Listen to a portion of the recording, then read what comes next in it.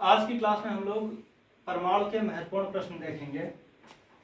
हमारे वीडियोस में आपको थ्योरी नहीं मिलेगी, लेकिन थ्योरी के कुछ क्वेश्चन ऐसे कराएंगे जो बहुत ज़्यादा रिपीट होते हैं, एग्जाम में बार बार पूछे जाते हैं, वो क्वेश्चन यहाँ पर कराए जाएंगे। इसमें भी आपको ध्यान देना है कि नोट करने नहीं बैठना है, सिर्फ और सिर्फ समझना है, दिमाग में फीड करना है, लिखने नहीं बैठना है। टेक्निकल चीज़ों में तो आपको कॉपी पेन उठाना है, लेकिन थ्योरी में कॉपी पेन नहीं उठानी है। चलिए शुरू करते हैं। पहला जो प्रश्न है वो है, परमाणु में इलेक्ट्रॉन की स्थायी कक्षा किसे कहते हैं तथा उसकी शर्त क्या होती है। 2012, 15 और कई वर्षों में पूछा गया है।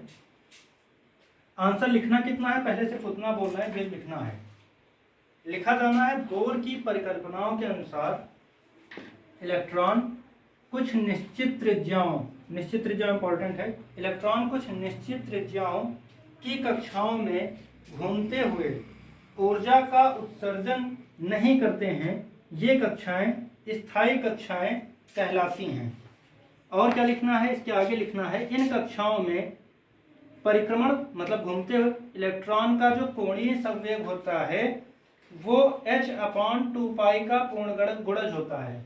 क्या कह रहे हैं कि जो इलेक्ट्रॉन का कोणीय संवेग होगा, जो घूमते हुए इलेक्ट्रॉन का कोणीय संवेग होगा, ध्यान दीजिए, h/2π का पूर्ण गुणज होगा। अब ये n क्या है, n 1 2 3 कक्षाओं की संख्या ये है। तो कोणीय संवेग जो होता है वो h/2π का पूर्ण गुणज होता है। ये क्वेश्चन कंप्लीट हो गया। इसका आंसर बस इतना ही लिखना है। अब इसमें जो दिया गया है निश्चित त्रिज्याओं की कक्षाओं में घूमते हुए, अब आगे जो बता रहे हैं वो लिखना नहीं, सिर्फ समझना है वो स्थायी कक्षाएं क्या हैं। सभी को पता है नाभिक के चारों ओर इलेक्ट्रॉन घूमते हैं। तो इस घूर्णन गति में इलेक्ट्रॉन की ऊर्जा मुक्त होती होगी। इलेक्ट्रॉन की ऊर्जा जब मुक्त हो रही है तो धीरे धीरे वो नाभिक में गिर जाए। इलेक्ट्रॉन की ऊर्जा अगर मुक्त हो रही है तो धीरे धीरे नाभिक में गिर जाना चाहिए, लेकिन कुछ कक्षाओं में ऐसा नहीं होता है। वही कक्षाएं क्या कहलाती हैं, स्थायी कक्षाएं कहलाती हैं। तो समझने के लिए था, शायद आप लोगों का पढ़ा हुआ भी है, अगर याद आ गया हो तो। इसके बाद जो दूसरा प्रश्न है बहुत पूछा गया है, 2023 में भी पूछा गया है, हाइड्रोजन परमाणु में इलेक्ट्रॉन की कक्षीय गति का न्यूनतम कोणीय संवेग लिखिए। न्यूनतम कोणीय संवेग, तो कोणीय संवेग आपके सामने है, ये दूसरा प्रश्न है।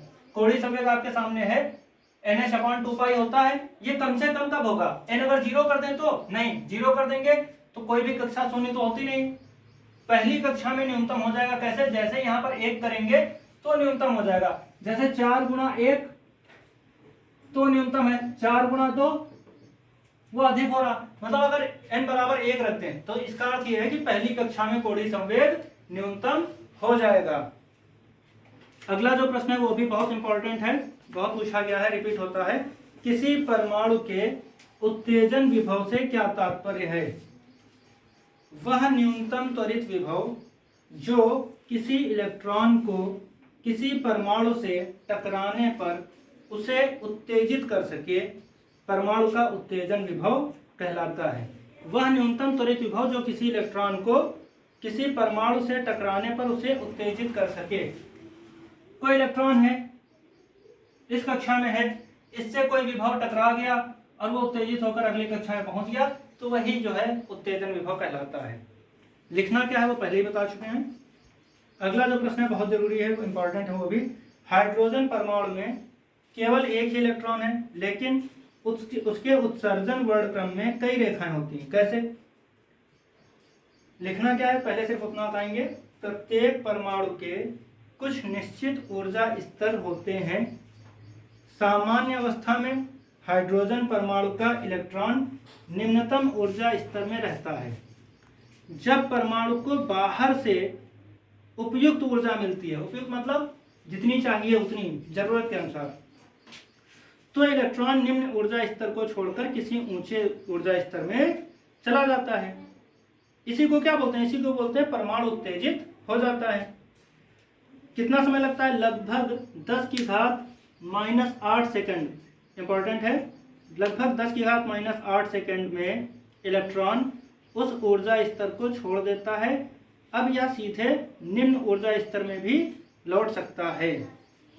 अब वो वापस लौट सकता है, उत्तेजन विभव मिल गया, ऊपर जाने के बाद वो वापस लौट भी सकता है। किसी प्रकाश के स्रोत में परमाणुओं की संख्या असंख्य होती है। असंख्य मतलब जिसे गिना ना जा सके।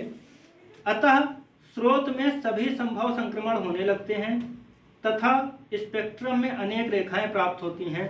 यही सबसे इंपॉर्टेंट है, जो आखिरी की लाइन है। किसी प्रकाश के स्रोत में परमाणुओं की संख्या असंख्य होती है, अतः स्रोत में सभी संभव संक्रमण हो जाते हैं तथा स्पेक्ट्रम में अनेक रेखाएं प्राप्त हो जाती हैं। क्या बता रहे हैं इसमें? हाइड्रोजन में इलेक्ट्रॉन तो एक ही है, इलेक्ट्रॉन ये निम्न ऊर्जा स्तर में रहता है, लेकिन अगर बाहर से ऊर्जा मिल गई तो क्या होगा? ये अगली कक्षा में पहुंच जाएगा, अगले ऊर्जा स्तर में पहुंच जाएगा, फिर वापस लौट सकता है। ऐसा हो सकता है। यही कारण है कि इसमें अनेक रेखाएं दिखाई पड़ती हैं। उम्मीद है थ्योरी जो है आप बहुत ज़्यादा मेहनत नहीं करेंगे, टेक्निकल पॉइंट्स पर मेहनत करेंगे।